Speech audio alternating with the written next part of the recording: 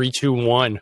As you can tell, Kelly, I've upgraded since last time we chatted 3 years ago, where I was actually sitting in my aunt's spare room on shitty iPhone headphones because you were episode 14.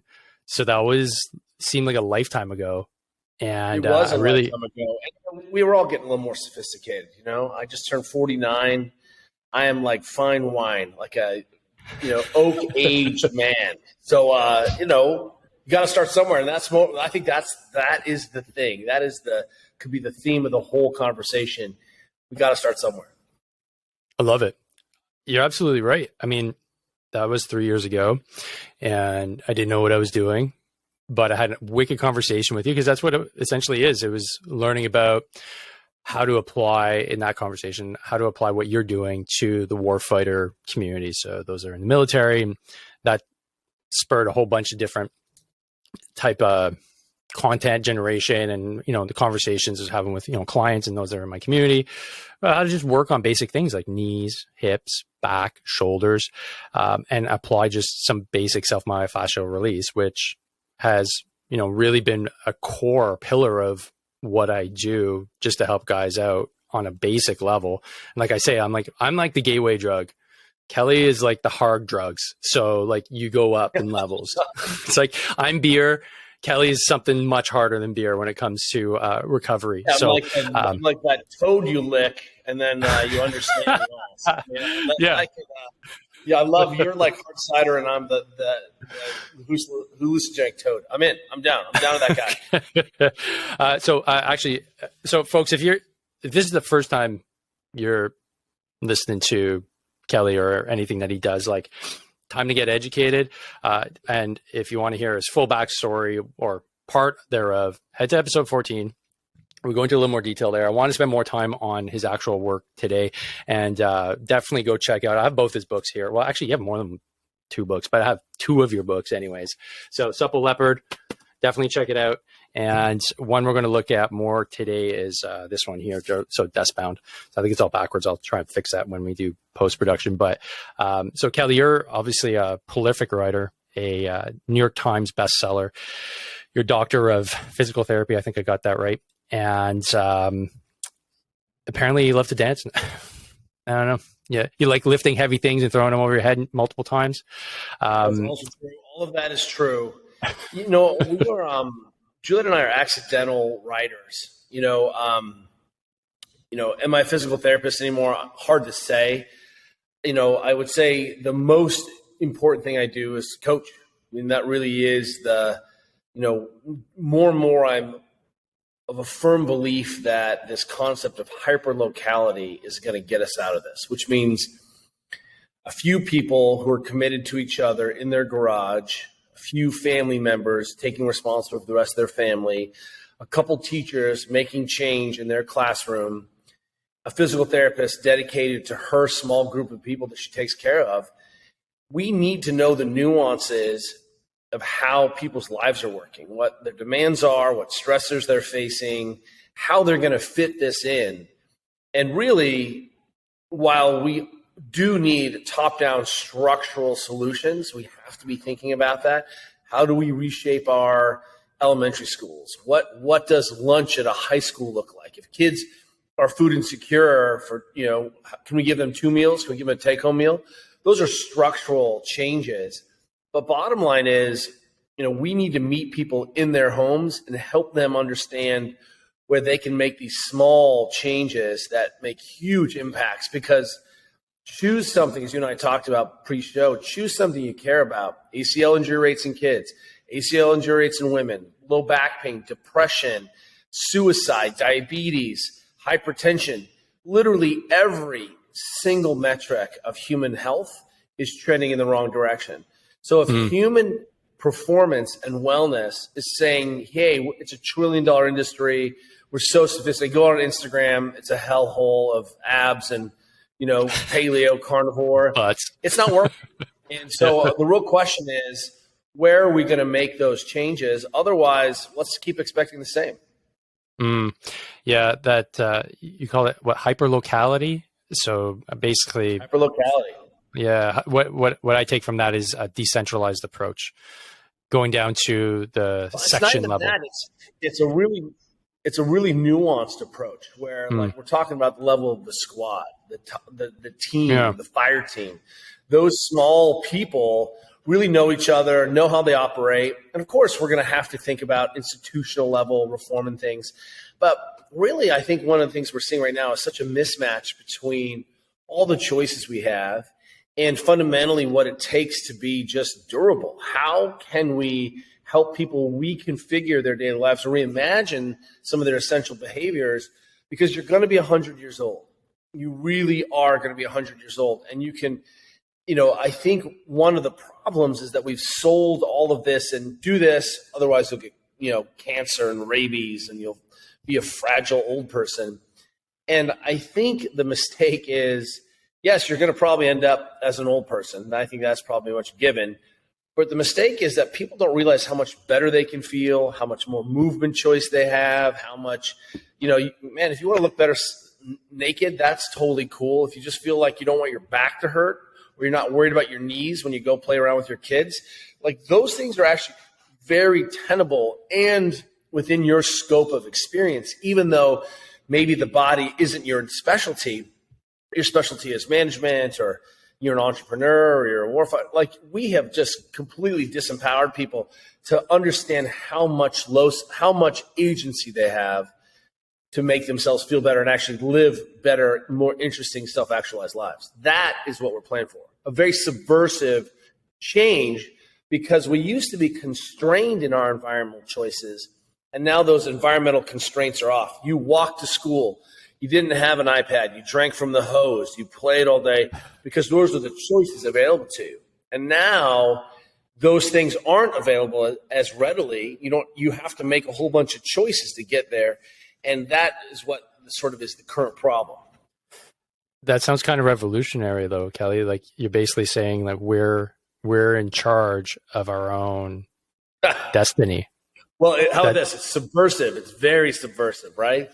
And, for a long time, what we've done is certainly put professionals between a person and action. Let me give you a great example. For a long time, if you went and worked with a trainer, you're like, okay, I think I need to go get a coach. Like, we see that gym memberships in America are through the roof, and it correlates directly with obesity. It's a beautiful 1-to-1. The more gym memberships we sell, the fatter we get. Oh, that's so depressingly sad. Also, we see that the research says things like, well, actually, we're eating less sugar than we have in previous years. So we know that people are going to try, and they're sorting this out. They're trying to get help. But as soon as someone said, hey, my shoulder hurts, what we had told that trainer was that pain is a medical problem. And that coach, that trainer at the YMCA, that person who's there to help you create a plan of movement and some loading, give you some exercise, nutritional support. That person wasn't empowered to say, hey, I wonder if there's anything you can do to take a swing at that. And it turns out there's like 100 things you can do to take a swing at it. But instead, we were like, nope, you need to go talk to a doctor or physical therapist. And what ends up happening then is, and you can appreciate this, is that we had this real disingenuous conversation about pain. And pain, I want everyone to hear, if you're listening, pain does not mean you're injured. It does not mean there's tissue damage. It is a request for change. I want you, unless you've been blown up or car crashed or you've been in 16 helicopter crashes, you know who you are, people out there.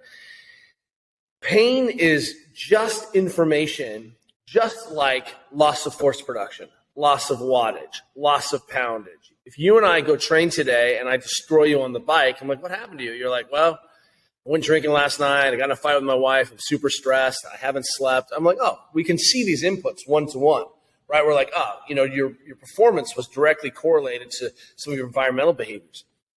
Well, I want you to start viewing pain as the same way. It's a feedback mechanism that's your brain is trying to get attention or is perceiving something as threat. So the problem is, what we said to people is, hey, pain is a medical problem. By the way, go see someone. You're like, I don't have time for that. And besides, I got to go run. I still ran and I had knee pain. So not a big deal. So what we end up doing is we're saying, hey, it's not so much of a problem that it's interrupted my life. I can't occupy my role in society. I can't occupy my role as a family. I can still do my job. I can still do my role on the team.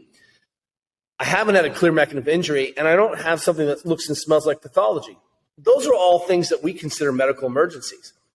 If your back hurts so bad you can't do your job, that's a medical emergency. If your back hurts so bad you're afraid, or your shoulder hurts so bad you're afraid to pick up your kid, medical emergency. Why? Because you can't occupy a role in your family. You can't be a father. You can't be a mother. Right? You step off a curb and hear a snap, go. Right? Quit messing around. Don't voodoo floss that thing. Go take care of it. Right? Night sweats, dizziness, fever, vomiting, nausea. You know you're sick. Go get some help. Everything that is not one of those things falls into the realm of this is why we eat, this is why we move, this is in your wheelhouse to actually make yourself feel better. And when we told people that that was a medical problem, we ended up just giving people the tools, de facto tools, to self-soothe. THC, Ambien, Adderall, opiates, right? Bourbon. And people will reach for whatever strategy is available and allows them to cope. And we see those pharmacological behavioral strategies. It's not good or bad. We're like, you didn't have any other choices. You made what you thought was the best choice based on your experience and your previous history. So imagine suddenly where I'm like, hey, we could decongest that thing. We could desensitize that thing. We could change how you move. We could change how the system works. We can get some input in. You can go after trigger points. You can rehydrate. We can get into sleep. Hey, let's eat less sugar and alcohol and see if that brings the warning signals down. And guess what?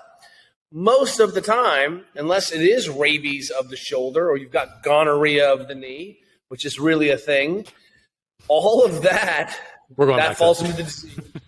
Infectious arthritis is a real thing. So the idea here is what we have suddenly is we're expanding what it means to take care of yourself. It's not just diet and exercise. It's also, what are my movement minimums? What are movement vital signs? If people can take their temperature and SiO2 and know if they're sick and have COVID or not, man, we can say, why doesn't your hip extend? Why don't you have any hip extension? Why does your back hurt when you run? Well, let's begin to ask those questions and say, hey, this is also what it means to be a full human being. So that is subversive, and I hope it continues to burn the institutions down so that we can actually use our institutions correctly when we really have disease, when we really are sick, when we really do get into accidents. That's what medical emergencies are for. But as soon as we came in with our Western, medical approach, and we're like, let's try to solve obesity. Well, you're not going to solve that through the hospital or a conversation with your physician. That is not the place to solve it. The place to solve it is to say, hey, look, where are people eating food? How can we teach kids and people how to eat and to self-soothe? And what are our minimums there? And that ends up being a lot easier than you think.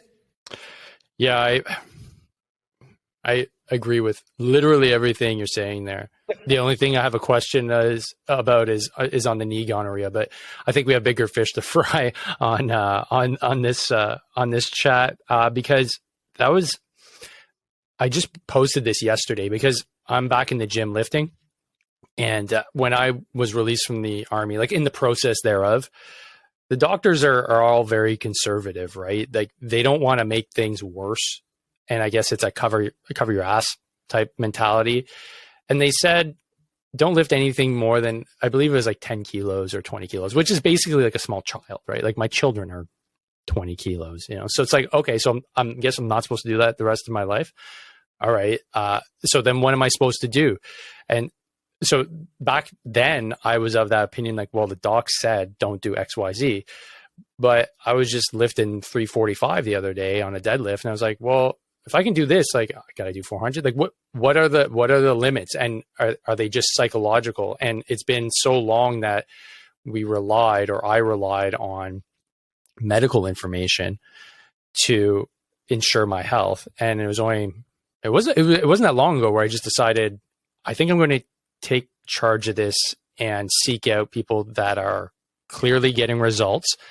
Like you, I was reading your stuff regularly once I got turned on to it by, I can't even remember who it was. I think it was my coach LP, actually. He was talking about, I was like, oh, and then I saw your stuff on YouTube, and then that just started opening things up. I was like, wait, hold on a sec.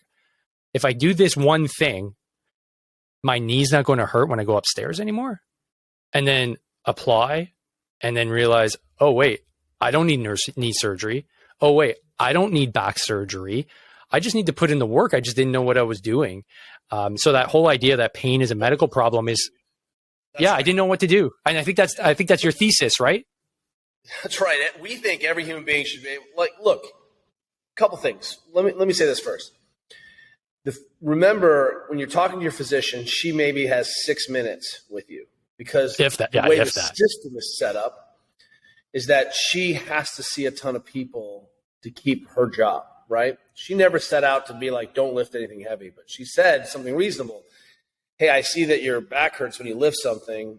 Don't lift it and make it worse. Like, very reasonable in that moment. That person also has had no training in anything related to anything other than your liver enzymes and your cardiac health. Like, they are an expert in so many things. But you've just brought your car to your doctor and you're like, hey, doc, what's going on with the insulin? Check light. So it's misplaced precision on your part. And that's something we can change, right? And that is, we inherited that, right? The physician isn't the issue.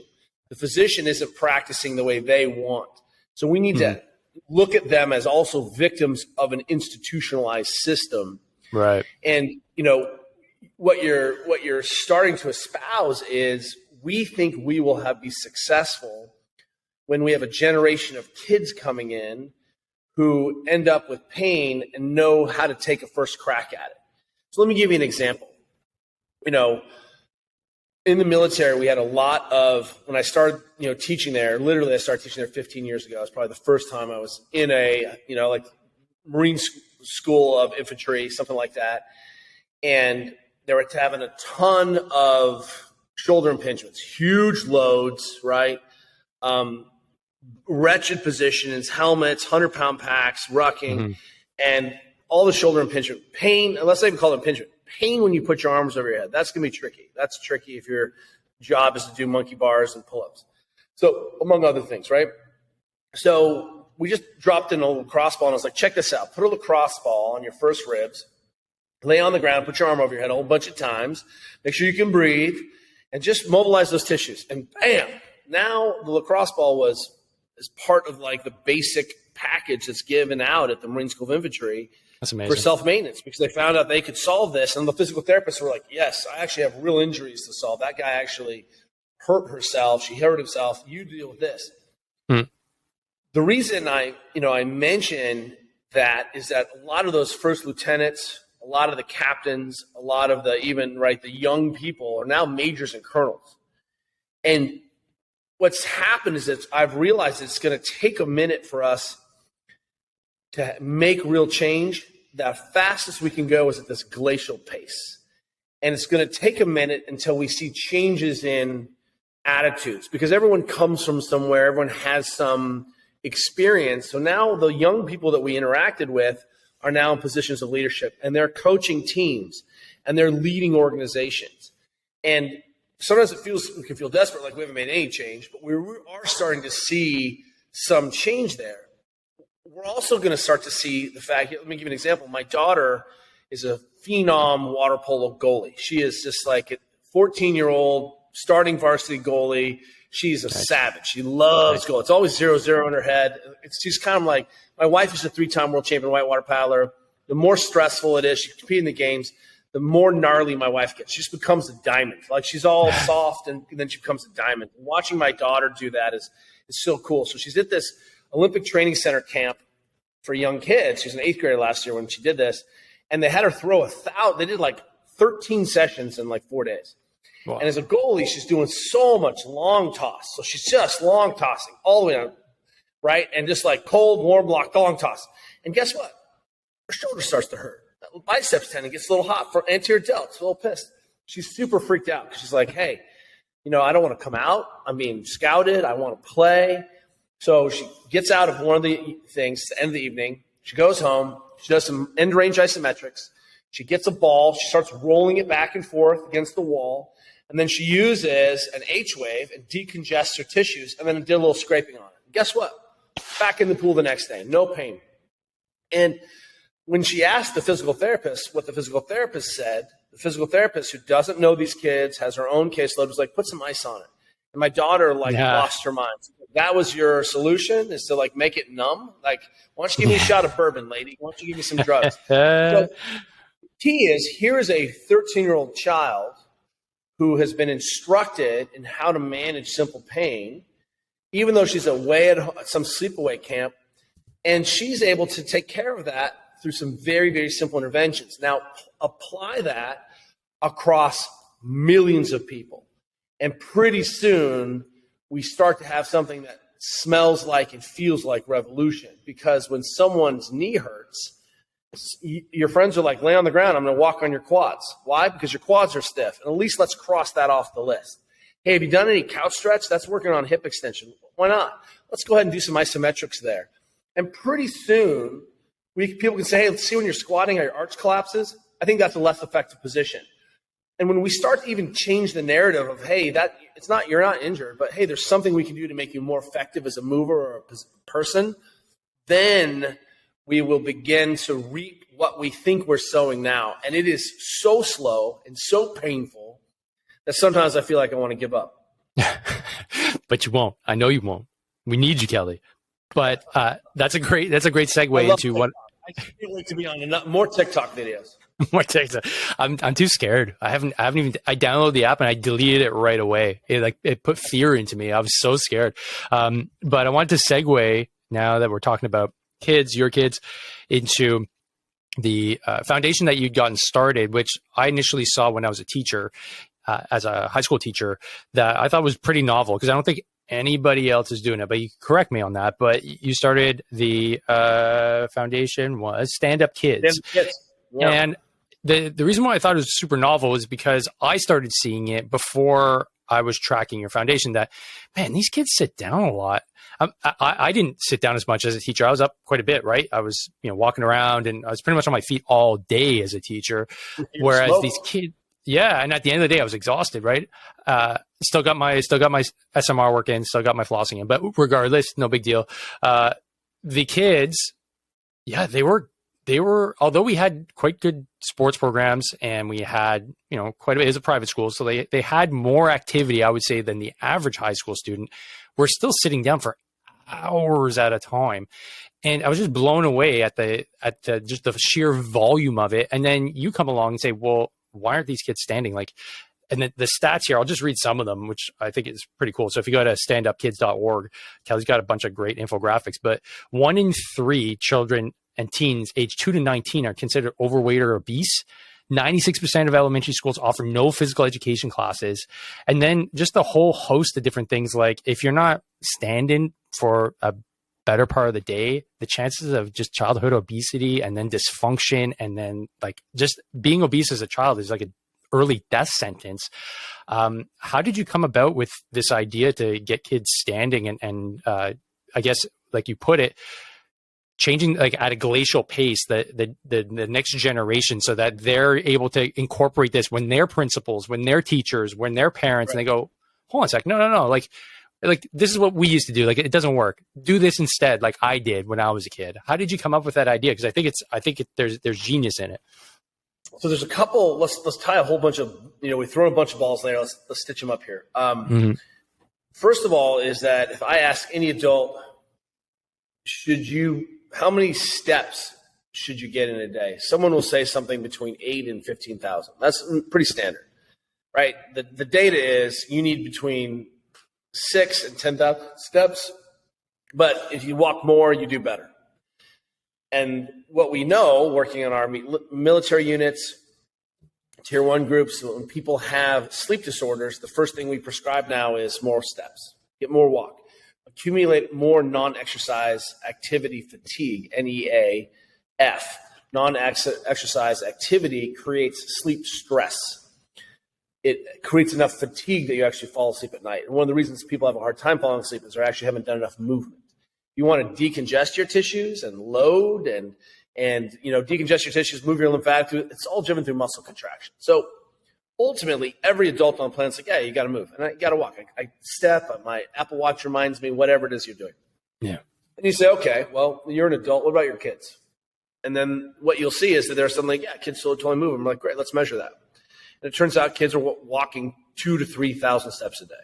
2,000 to 3,000. That's their total movement.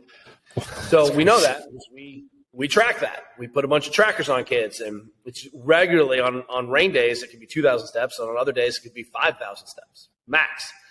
So you're like, okay, so you have a growing body that's sedentary. So what's the solution here? Well, we could walk the daily mile. We could put Pelotons in everyone's home and get the kid on Peloton. And right, clearly the way to think about it differently is, well, how do we construct the environment so that we know what we're doing is inputs to the child, so the child is getting what everyone agrees on needs to happen. And what we realized, it wasn't even about standing versus sitting, it's about moving versus not moving. So what we do is we go in and we say, well, how can we create movement choice? And movement choice is standing, fidgeting, playing with the bar, leaning up against a stool, sitting on the ground, getting off the ground, having as much option to move throughout the day as you can. And lo and behold, what we end up is hitting those movement minimums. Remember, the thing I described, movement minimum, not like you get a gold star. I'm like, hey, good job. You're not going to get rickets. Like that's an RDA for movement, right? Like that's what I'm talking about. Hey, cool, you don't have scurvy. You have the minimum amount of vitamin C. So what we end up doing is coming in and also realizing that once again, where is the functional unit of change? The functional unit of change is at the classroom level. So if we have a teacher who's like, hey, and trust me, if your teacher can teach your child how to read and do math, they can teach your child how to get up and down off the ground or squat or dance or play or stand on one leg or do a handstand. This is not complicated. Kids do this intrinsically anyway. So how can we empower the functional unit of change, single classroom? And that was really where we were like, hey, we want to come in. We want to help you. We'll find you funding. And immediately all the teachers got it. So our daughters ended up going to the first all moving, not sitting middle school or elementary school in the world. We had 500 kids. It's over 10 years now where these kids have never sat at a desk at this school. We made a structural intervention where we suddenly are having kids rolling. And, started because I went in 2010, I went to Google and did one of their famous Google talks called Deskbound. And Juliet and I were like, why the hell aren't we applying these lessons to our own children and their environments? And that really is, when you start to think about the world in those terms, suddenly you have a lot more agency. And you can say, hey, kids, while we're watching TV, let's sit on the ground tonight. So now you got to get up and down off the ground, and we're moving your hips more. And hey, we can go for a quick family walk after dinner. And hey, I'm going to stand at my kitchen counter and check my email. And what you realize is, man, let's all walk to school. We had a walking school bus because there's only like a mile and a quarter to school every day. Parents would drop their kids off at the walking school bus. There's only 2 parents there. And then 20 to 40 kids, sometimes there's 5 kids, sometimes there's 3 kids, sometimes there's 40 kids would walk to school together. And, as a sanctioned event. And suddenly we're getting a ton of movement in. We had parents lose 20 pounds doing that thing. They'd walk 2 miles and lose 20 pounds. I was like, dude, I want to lose 20 pounds. All I have to do is walk my kid to school. So once we start to view the environment as imminently constrainable and shapeable, then we can begin to start to tug away at this. Mm. So, yeah, that brings up so many different questions. I mean, ultimately, the school environment, especially when you're young, right? My son just started grade. He started kindergarten.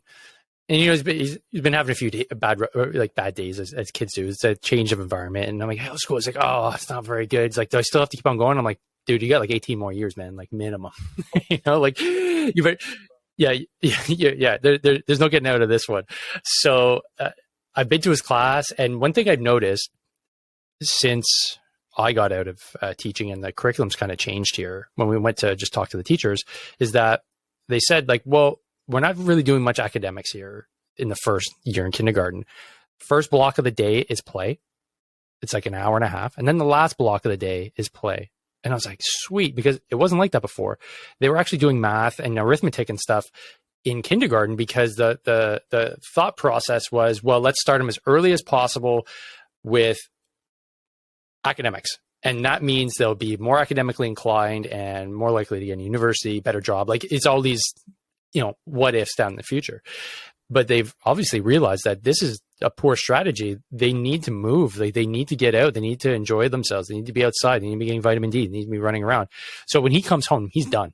He's done. Like, he's toast. We have supper, we play a little bit, and then like by 7:30, Wild animal is exhausted and has to he's go to bed done. early. That's so terrible. And That I school is yeah, doing their job. yeah, and I was so happy that the school had that as part of their curriculum. And I think, I don't, like, obviously I can't tell if you're having an influence, but there's obviously a movement afoot to ensure that people get more active. And like you're saying, I like that non-exercise activity. Is that it? Non-exercise activity where it's extremely low level. It's not even a walk. It's just literally moving. And that's something I noticed when I was in school. I do it now. I always fidget. I'm always moving my leg. I'm always doing something. I'm always just ready to go. And if I didn't have that, I don't know what would come about, but I definitely would be distracted and I wouldn't be just dialed in. I had a hard time in school in that sense because I just felt like, okay, what's the next thing? What's the next thing? What's the next thing? And I just wasn't physically driven hard enough, let's put it that way, during the day. So I'd have to go home and then we just run around all day. So that is kind of, a beautiful solution because it's cheap and everybody can do it. So in your book, Let's talk about this first. I just want to point one more thing. How did it go with homeschooling, everyone? We did remote learning. Oh God. Where parents had to manage that. What we saw was, we really need schools. And man, that is difficult. How can we empower our teachers to create an environment, the school to create an environment? And as long as we continue to mandate school, and look, everyone, I am pro school. I'm probably an ADD kid myself. I have a high genetic drive to move. I've tested it. I would sit in the back of my physio grad school and plinth and stretch and balance and mess around. And eventually I found a wheelchair in the corner of one of my classrooms, and I would just sit and balance in the wheelchair in a wheelie for an hour or so a day. And that's got me through. So I understand this need to fidget. So what we can begin to think then is, man, these teachers are at the sticky, pointy part of the spear interacting with these kids. How can we then mandate specifics around basic movement health? We have to pay extra at our local elementary school through a fundraising campaign so they can have art and music and PE, right? Because the funding doesn't cover it. So everyone has this problem. How can we, one of the schools we flipped is one of the poorest schools in Northern California. And, this school ended up being in a lawsuit with the state of California for resources, but there are homeless children there. There are kids who have been gone to kids won't take off their backpacks. By that school, where kids get 2 meals a day there, that's a place where we can really improve the health and wellness of our entire communities if we put different resources. Sure, we need basics, and people need more homework support, and we need we need more teachers. All of that is true. Better funding, true. But if we looked at the basics, as you're saying, how can we say if kids are going to have to be at the school during these hours, what's essential for the human being? Well, in UK, they started something called the Daily Mile in the United Kingdom, where they would just walk for a mile. How many PE teachers does it take to go walk a mile during the day? 0. And you could run it, you could walk it. It didn't matter what speed, but they just put this daily mile in where the entire student body. And guess what ended up happening? Kids talked to each other. They got outside, right? Teachers interacted. They had this foundationally and fundamentally. How long does it take to walk a mile at low speeds? 20 minutes max. A 20-minute mile is super reasonable. Everyone can do it. We just have to start thinking about, where can I make these changes? What if I banned it so you couldn't drop your kid off at school? You had to drop your kid off a half mile from school, and they had to walk in with their parents. Man, that would change everything, right? Suddenly you start to look at some of those things. What if you couldn't buy high satiety or low satiety, calorically dense junk food on school? What if you couldn't do it? What if what we had to offer kids was actual food? Suddenly you're realizing, well, we actually do have a lot of agency. We're just going to have to figure this out, or we're going to have to accept the consequences. And I don't think we're going to like where that goes, because look where it's going. Yeah. You talk about, like, you can't, our genes can't predict the future. We're cavemen, essentially. So like the genes reflect that. And as soon as we stop doing what is necessary for our genes to express themselves fully, there's all kinds of dysfunction. So I was thinking about this. I got to piggyback on that because, it's easy to wrap that up into like paleo romanticism. We haven't really changed in 10,000 years. I mean, Right. the ability to drink milk is a 10,000-year-old adaptation. And I'm fatter, your femurs are longer. We're exactly the same people as we were 10,000 years ago. Swear. That's true. One of the things that you have to, as you said, is at a genetic level, you have to have mechanical input in specific tissues if you want them to express themselves at a genetic level. That's called mechanotransduction. That is settled law and canon. If you want a strong tendon, you don't rest the tendon. You have to put the tendon under eccentric load, isometric load, and concentric load. And you have to use that tendon through a big range of motion. You have to expose it to what it's supposed to do. Go to the airport and watch people put their arms over their head in the scanner, and you're like, okay, we're doomed. If the aliens come, we're doomed. I watch people trying to struggle to put their luggage up in the overhead. So at a cellular level, you're absolutely right. We are these people who used to sleep on the ground, toilet on the ground, live on the ground, eat on the ground, hang out on the ground. We chill on the ground with fire. The chair is a really new intervention, like very new. Everything else we did was sitting on the ground. For example, a structural intervention that I'm talking about constrained is if your whole family in the evening just sat on the ground and watched TV, you would begin to untangle back pain, hip pain, knee pain. You'd get more movement in. You'd work on balance. Your grandmother wouldn't fall. Why? Because she gets up and down off the ground 1,000 times. You know what the number one reason is people end up in nursing homes? They can't get off the ground. What if you just practice that all the time? Yeah. Watching TV. I want you to watch more TV. That's your homework. But that's a basic. That's a basic. That's it. Sit on the ground more, watch TV, Netflix and chill, and stop putting tasty cakes in your face so often. Actually, that was my next thing that I was thinking about, because I grew up in the 80s, right? And we ate like dog shit in the 80s. Like, it's not like the 80s was like some golden era of like great food by any means. Our parents did their best, but I had a big bowl. TV dinners in the 80s. Come on. Yeah, breakfast was a big bowl of Frosted Flakes for me. I was like, sweet, I'm good to go. But there wasn't the obesity crisis.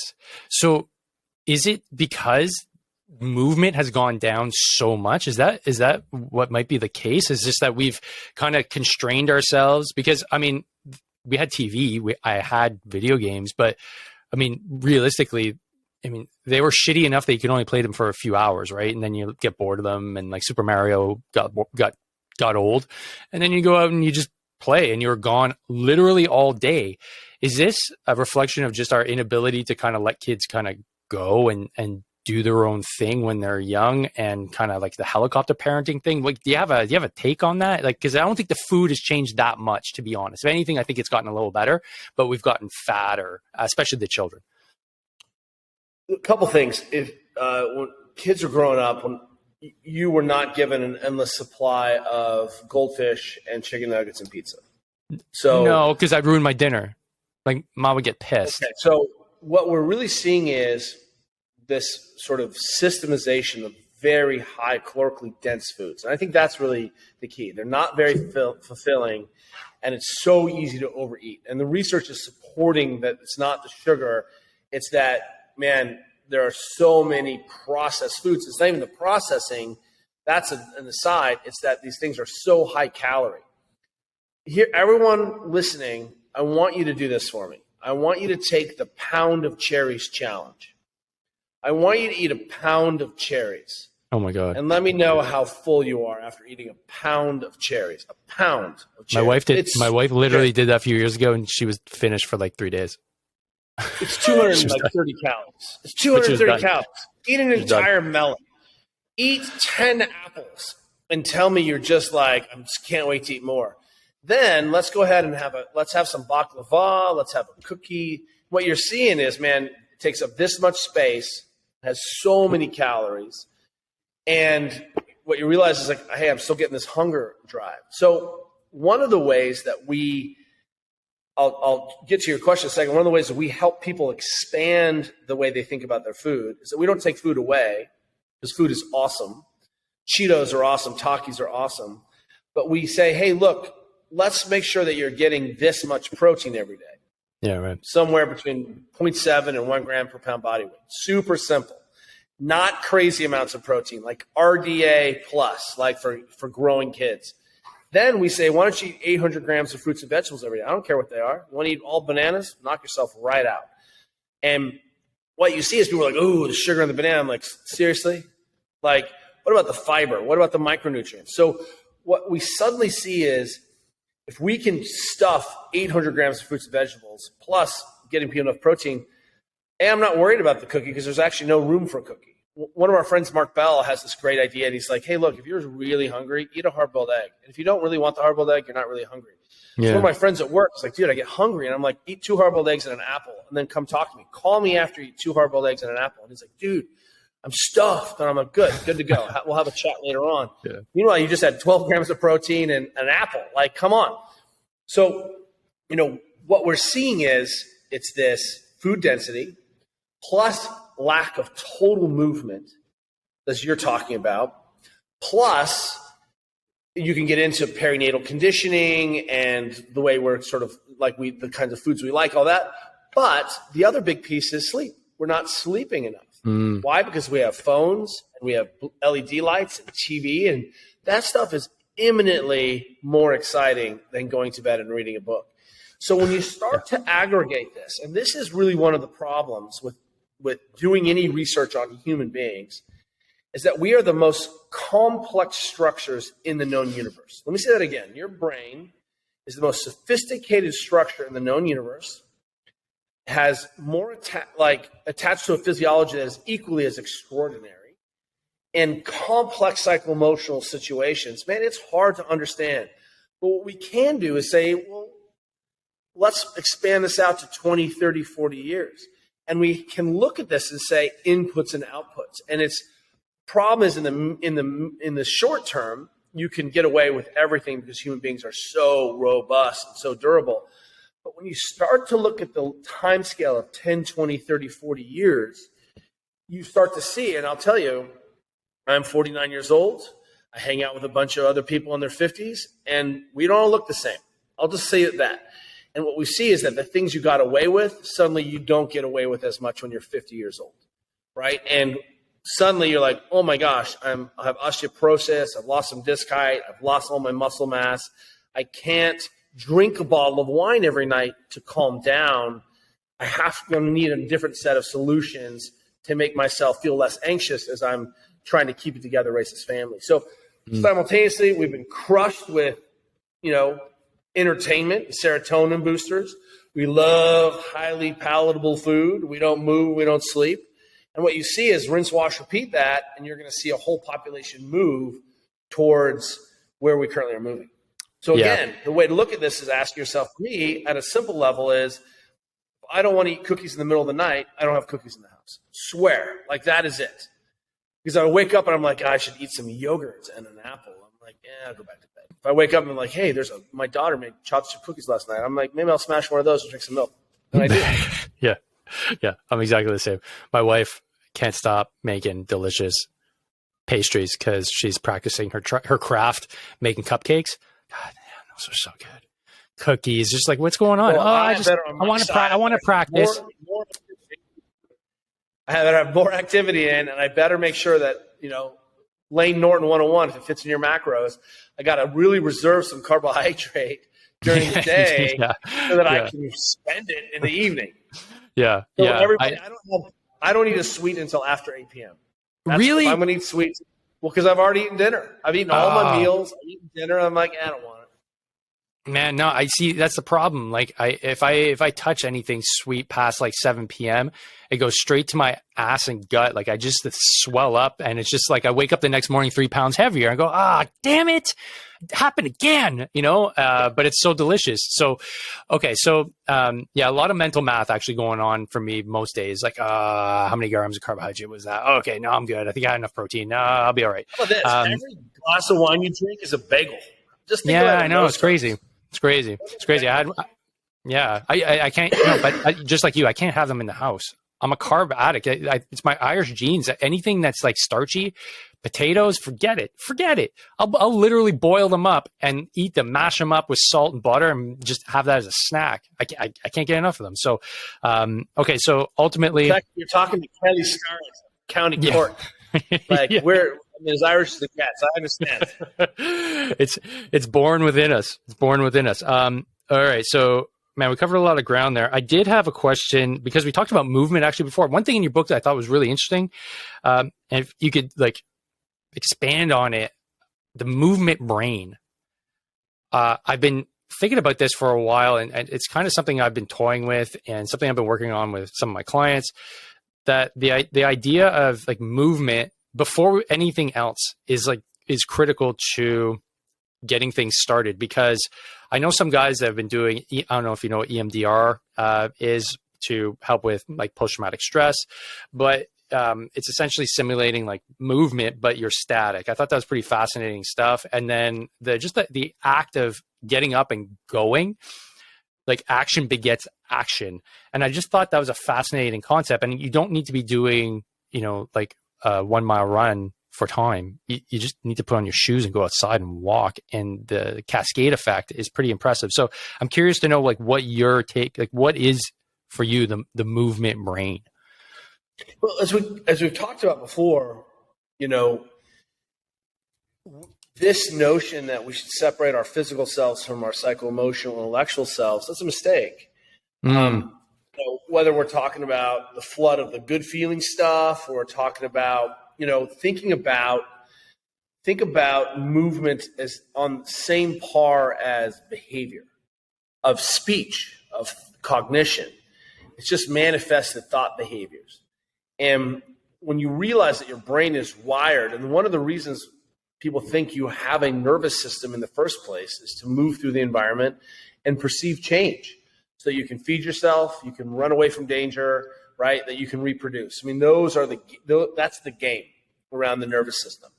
And when you start to view these fundamentals, then it becomes easier to understand blood flow. I mean, if you just Google exercise and blood flow to the brain, what you see is the brain gets more blood. Things are more activated. If you're feeling asleep, just bounce in place for 30 seconds and let me know how you feel afterwards. And what you realize is, these things are very much conjoined and always have been. And it's just our Western selves to try to parse them out into, now I go to the gymnasium and now I go eat, instead of realizing that these things are all systems of systems. One of the things we found out, I started to notice with a lot of the high performance groups I was working with, Fortune 500 companies, tier 1 military assets, right? Premier soccer, premier rugby, is that these people all ate together at least a few times a week. They would sit down, and the best teams ate lunch together every day. And it was easy because someone made them lunch. They went to the cafeteria and they had this beautiful lunch. And what are you telling me that? It's about vitamin A and vitamin D and collagen? No, it's about what is it that humans are special about? What is it the way we perceive the world? How do we create safety and connection and meaning? Well, it turns out food is one of those connections, right? And if you want to modulate a whole bunch of behavior, have people eat together at the same time. If you want to bind people together in common cause, have them eat together, have them make dinner for each other. My wife and I had an embodied leadership school. It was a kayaking camp for really sick kids, terminally sick kids. And all these kids had HIV and AIDS. One of our friends was the head infectious disease doc for the NIH. And so we brought kids in from all the United States, from multiple, walks of life. And what we found is that a lot of those kids did not have eating as part of their social structure. They ate really individual, they snacked, but they had to cook and clean for each other and serve each other and eat together. And man, the transformations for people and the pride and the food and the connection, we just saw that as, hey, this isn't just like an excess or just a nice to have. This is an essential to have. So when we look at the movement brain is the same way, what you realize is you actually can't have a healthy brain unless you also move. And that can come in a lot of different shapes. It can come in with dance and Zumba and Peloton and bike riding and walking, but eventually you're going to have to realize if you want to take full advantage of the meat thing that you're encased in, movement is part of that game. And if it's not, at some point it will need to be. Yeah, I think that's a really important point to make. Whether you want to or not, you have to pick your hard. It's hard to sit and be dysfunctional and not be able to enjoy life because you decided not to move. And that's what I decided years ago. Guarantee you it's going to happen. Right. Exactly. Like, we're all going to get old. It's just how well are you going to get old, right? We want to basically get super old and then die like in one day. I mean, that's really the goal. And yeah. I don't think people realize, one of the things that Juliet and I benefit from is that we get to be travel in so many different circles. We're in these Fortune 500 companies. I'm in ballet companies. I'm in every premier level sport, universities, Olympics. We get to see a lot of people's dirty laundry there. And, one of the things that happens when I spend a lot of time in the hospital is that we see that people's lives get smaller and smaller and smaller. And you start to lose windows. Now you're in a tiny room. Now you interact with 3 people. What we're trying to do is keep as much movement choice and movement option in your life as we can. The most dangerous thing you can possibly do over 65 is fall and break your hip. Mm-hmm. Chances of you dying once that happens is real because you move less, see fewer people, right? You become more frail. You're more afraid to get up and down off the ground. You go through your muscle reserves because you can just check this sequela of things that happen. So what we realized, though, just like, investing, the best day to invest was yesterday, the next best day is today. How do we build bone density? Well, it turns out it really helps into your 20s, not when you're a 55-year-old woman who's like been told she has, soft bones for the first time. Like, that's a difficult bell to unring in your 60s, right? You're like, well, have you met jump roping? Oh, I haven't jumped in 20 years. Like, what are you talking about? And suddenly you can come into movements like Qigong and Tai Chi and Pilates and yoga, and you're like, okay. Let me reframe what those things are attempting to do in terms of loading and movement and breath practice. And suddenly you begin to see some of the real genius in some of these older traditions, these older practices. And then you can just pick and choose. But even when we're working with elite athletes, like I just had an Olympic medalist stand in my house for a week, the greatest bobsledder in the history of the world, doing a little mini camp. We make choices on giving her more movement choice and movement solutions. Not can she just generate more wattage on the bike. And that is a really good way of looking at your life. How can I create more movement choice? It's so fascinating. There's so many different elements to this. And a lot of it, you were just talking about Qigong and just the ancient movement practices, that they intuitively had this understanding of why movement was important, but how to do it. And it's like we're revisiting all these old movement practices, like Wim Hof, for instance, just breathing. Like, I just read James Nestor's book about breath. That just blew my mind. Like, wait, there's how many different ways of breathing? There's how many different ways to move? There's how many different ways to eat? And all these things that were almost ubiquitous, in my opinion, and from what I'm seeing, before the modern era. And it's like, oh, this is what we need to do. This is what we're supposed to. This is what we're born to do. It's not like we all of a sudden have a scientist say, hey, you know what, you need to move a little more. Like, we haven't been doing it for, ever. It's just fascinating to kind of be in this space now.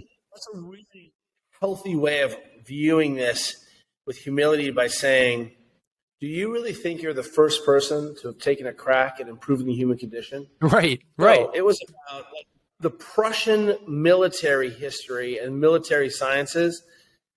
Long time ago, the Prussians kicked a lot of butt in a lot of places. Yeah. And one of the things they did was put packs on soldiers and then march them at this temperature, and then put the same pack on the soldier and march them at this temperature. And guess what? They were like, wow, when it's hot, we can't walk as far.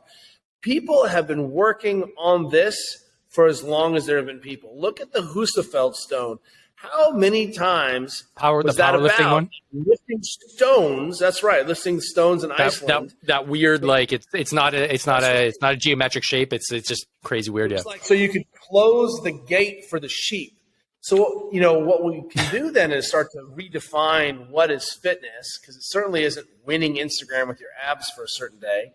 But, George Hebert, who is the originator of movement natural, the natural movement system, right around the early 1900s, he said fitness is being useful. So think about what that means. And then suddenly it's a lot simpler about, well, I'm having a hard time getting down off the ground. Maybe this Peloton class is making me not as useful as I think, but my cardiovascular health is killer. If I have to do some intervals, I'll be slaying it. And again, I don't really care. I've become a lot more agnostic about, what people choose to do. I have certain feelings. If you want to go win the Olympics or play premier soccer, I have some ideas about what you're going to need to do. But on the other hand, what we see is such a mismatch where we've just pulled people out of any physicality, any nutrition, any discomfort. It's not an accident that we're seeing the body and the brain respond in the ways we are. Look, this thing is super addictive. It's hyper addictive. It is fun. It's hijacking my brain. I have to sometimes say to myself, I don't need to go check Instagram. I don't need to check Instagram. It sounds like addictive. It sounds like you're an addict. I just implemented this a few weeks ago. You can take it if you want. It's my Dave Morrow protocol I cobbled together from 2 other influencers. So essentially, I use all the phone's functionality to stop it from ringing and bothering me. And I don't have any of the apps like Facebook, Instagram, nothing on my phone. I get a summary at the end of the day that says, hey, man, this is what happened. I'm like, oh, cool. And everything else is done from my desktop. And I can tell you, without in all honesty, I've never been so productive in my life. I get up in the morning, 5:30, typically, I do my thing. You just described this notion of constrainment. So look, I'm going to be really offensive here, everyone. Just so plug your ears. I tell my daughters all the time, if you don't want to be caught doing cocaine off a stripper's body in Vegas, don't go to Vegas, don't buy cocaine, don't hire a stripper. There are 3 things that have to happen for you to do cocaine off a stripper in Vegas. And you have places in any one of those spots where you can not have, I didn't go to Vegas, I didn't buy cocaine, I didn't go to a stripper. And I think as a stupid example, my kids are always like, Dad, we're 16-year-old, 17-year-old girls. It's not going to be us. But I'm like, but it is. If you don't have Instagram on your phone, it's a metaphor. Cool. Go, and what you'll see is that you won't go there. I think that that's really, really remarkable. And that's the only way where these things are so powerful and so fun and make us feel so good that the only way to deal with it is to actually physically remove it. Yeah. Because I know I'm an addict. Who isn't addicted? Reels are hilarious. I can't get enough of them. No. Addict is the wrong word. And remember, addiction, this is crucial. Do I have a cookie problem? Well, is your cookie problem interfering with your life and your relationships? Right. Do you still go to the work and have a cookie problem? Is it crashing your health? No, you don't have a cookie problem. You love cookies. So, I think that's the way to look at it. But what you pointed out was really healthy, is that you're like, wow, there's a whole lot of other things I'm making time for if I take away the choice, if I am forced to eat all these wonderful fruits, right? And instead, I'm like, wow, I just ate a pound of melon. What you're going to realize is you don't really care for chips or sugary sodas or things. You just don't. You don't care for it. You can't. Yeah. You can't take it. Please don't make me eat any more of these strawberries. Oh my God, I'm sick of strawberries. It'll never happen. Yeah. All this to say, we're critical of what's going on. How our society is kind of shaking out. But ultimately, from what I've read, you're very optimistic. You call this the golden age of physical performance, because let's be honest, it's true. Even if this were more than 10 years ago, I wouldn't be talking to you. You would have had a book, might have read it, but there's no way I would have been talking to you. How would that have even happened? There was a very few select people that were communicating on that level. And so the dissemination of great ideas that work has exponentially increased. So that's how I see it. So when I read something like that, I'm like, yeah, absolutely. Everybody can compound each other's research and performance to the point where, like you said, at the beginning, we were talking about just, how do we get this next generation to just fundamentally understand, hey, let's start from point A and fix the things that are bothering us without having to rely on like the greater system. And I think that's how we're incrementally going to get better. You're absolutely right. We have greatest tools, the most communication, the most shared resources, to a point where it is confusing, overwhelming for people. Yeah. But if we don't get it right in this generation, we'll do much better. We were still telling women to smoke in the 70s because it made easier birth. We were still telling women not to feed their kids, for the breast milk because formula was better. I mean, So things have come a long way, and we will continue to see that. And it comes at a cost, but you're absolutely right. There is a real opportunity. And that's why I think fundamentally it just takes one change agent, that person in your family or in your squad, to have one better thing. You bring that resource back to the tribe, and then rinse, wash, repeat. Talk about your results with your friends. People pay attention. Hey, you look great. What are you doing? Oh, I did this thing where I just got into bed a half hour earlier every night, and every 2 weeks I sleep a whole extra day. Isn't that weird? Just a half hour. Yeah. Seemed like not a big deal. Like, what? You start drinking some water and your skin cleared up? Yeah, it was so weird. Yeah. Like I stopped eating cookies every night before going to bed, and man, I'm down 10 pounds. It's crazy. It's so weird. It's so weird. So, again, apply that thinking to, hey, now we have healthier tissues. Now we have a more robust brain. Now we can go run faster or spend these credits the way we want. And I think that's really what we're after here. Yeah. Do you mind if I explain my theory on everything and how we're going to become or transcend to become a better species? Do it. Okay. And then my wife just texted me that I have 5 minutes. Okay, cool. Okay, so it won't be too long. I think fundamentally the individual needs to be healthy if we're going to tackle things like climate change and AI and all that. And if we don't get this right, it's going to be very hard because we can't think at a higher level unless we're good. So that means, like, are we sleeping well? Are we eating well? Do we have shelter? Like all these things. I think I agree with that. I like that, and I agree with that. So like you're hitting that fundamental level of like live kind of like a pain-free life with good movement. Awesome. If we can add some strength in there, add some good nutrition, then we're laughing. I wanted to ask just 2 quick questions from some really loyal fans on some things that are bothering them. So if you'd kindly oblige me. One question from John. He's got back issues when he runs. His back tightens up. What's one thing he can do? There's a couple things. One is, look, we don't know how you're running. So let me just say this. Are you heel striking, yes or no? If you don't know, videotape yourself. Because if you're heel striking, that's not actually running. Because if I ask you to take your shoes off, you'll stop heel striking. So one of the ways that we constrain that, and just be clear, you can heel strike for a long time until you can't. But that drives a lot of extension load. So the first thing I would say is, hey, let's be curious. And by the way, running happens above 90 footfalls a minute on the right side. So a total time of 180, left, right, left, right, left, right, 180 beats a minute. But it's 90 is our minimum for sort of capturing the elastic energy in the calf. And oftentimes people who spend a lot more time on the ground aren't able to manage this. They aren't utilizing their springiness. It's a lot more muscular driven, and it leads to a lot more sort of hard work and potential strategy changes that lend themselves to less effective, more early sensitization of tissues. So when someone comes in and says, hey, I have a pain in running, first thing I do is have them download a metronome on their phone, metronome app, and turn up to 94. I want you running between 94 and 96. And what you think to yourself is, I can't run that fast, but Kipchoge broke 2 hours running at 96. So you can too. So and he did it with his mouth shut, breathing through his nose. Just pointing that out for everyone. Huge. And so the second thing I would say is, well, what are the fundamental positions? Well, it doesn't take that much hip flexion to run, but it does take a lot more hip extension to run. And if you're missing hip extension and you can't extend your hip cleanly, then you're potentially dragging your back into an extension moment. And you got away with it for a long time, but now your brain says, hey, I think we need to change or investigate your strategy.